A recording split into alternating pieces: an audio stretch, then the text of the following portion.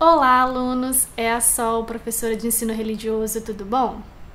Esse vídeo tem como objetivo sanar possíveis dúvidas sobre a disciplina e sobre as atividades que foram enviadas a vocês para serem feitas de casa durante o isolamento social. Primeiramente, o que é o ensino religioso? Essa disciplina compõe os currículos brasileiros desde o Brasil Império. Só que naquela época, e até não muito tempo atrás, ensino religioso significava catequese, ou seja, era o ensino da doutrina cristã, mais especificamente a católica, nas escolas. Quando não muito, era o ensino de valores cristãos. Hoje em dia tem-se um entendimento diferente sobre a disciplina. Ela ainda está em disputa com relação a quais conteúdos, quais metodologias, mas uma vitória foi a inserção dela na BNCC, a Base Nacional Curricular Comum. Ela coloca que o objeto de estudo do ensino religioso é o fenômeno religioso, partindo do reconhecimento da diversidade religiosa.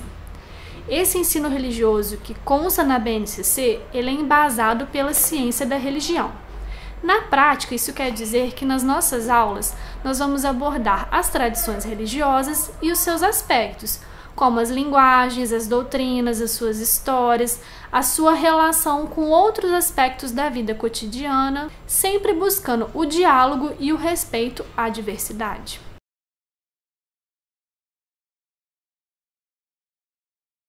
Espiritualidades são as práticas que permitem uma imediata relação com o sagrado.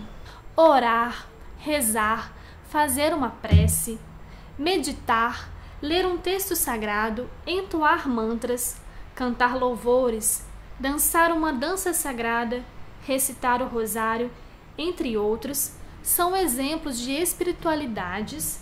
É possível ter espiritualidade sem ser ligado a uma religião.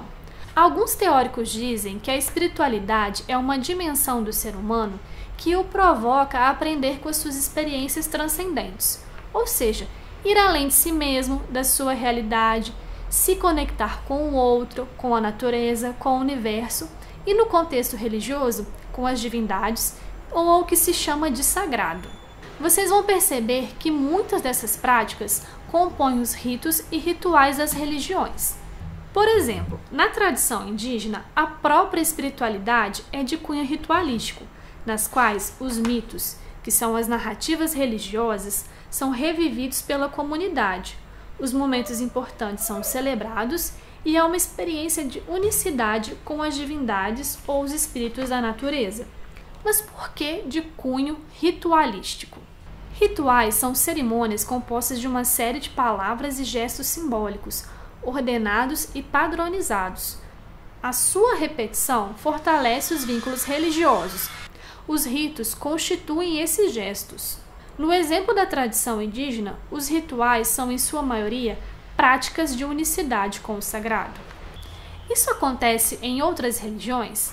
Sim, em tese, todo ritual comunica com o sagrado, com o divino. Porém, a gente pode perceber que algumas práticas religiosas, alguns rituais, eles têm um significado mais de status enquanto um evento do que um significado religioso propriamente dito. Um exemplo da crítica que eu quero fazer aqui é com relação ao casamento religioso. Eu trabalhei durante 3 anos filmando e editando casamentos, e era possível perceber que para muitos casais, a questão do casamento religioso se colocava mais como um status, um evento mesmo de comemoração, de reunião da família, mas sem o significado da cerimônia religiosa em si. Toda prática espiritual, ela compõe um rito, faz parte de um ritual? Não necessariamente.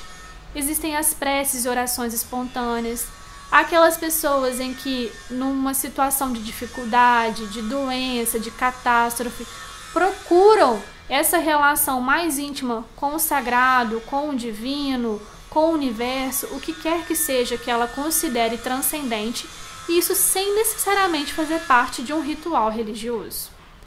E o contrário, todo ritual ele é espiritual? Também não necessariamente. Nas próximas atividades, iremos aprofundar essa questão sobre os ritos religiosos.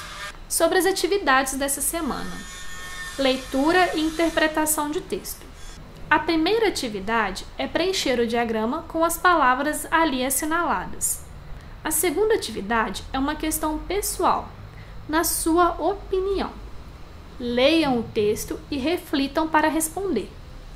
As questões objetivas. Lendo atentamente o enunciado e os textos que foram passados, é possível responder. Se de tudo não conseguirem, podem me procurar. E a última questão. Eu quero que vocês façam um texto a partir da percepção que vocês têm do que são os ritos, o ritual e as características e finalidades destes. Vocês podem falar de uma maneira geral, do rito e do ritual de uma forma geral, ou podem exemplificar com a religião de vocês ou que vocês conhecem. E como dica de filme para o final de semana, Viva! A Vida é uma Festa! Fala de morte, fala de rito, fala de festa.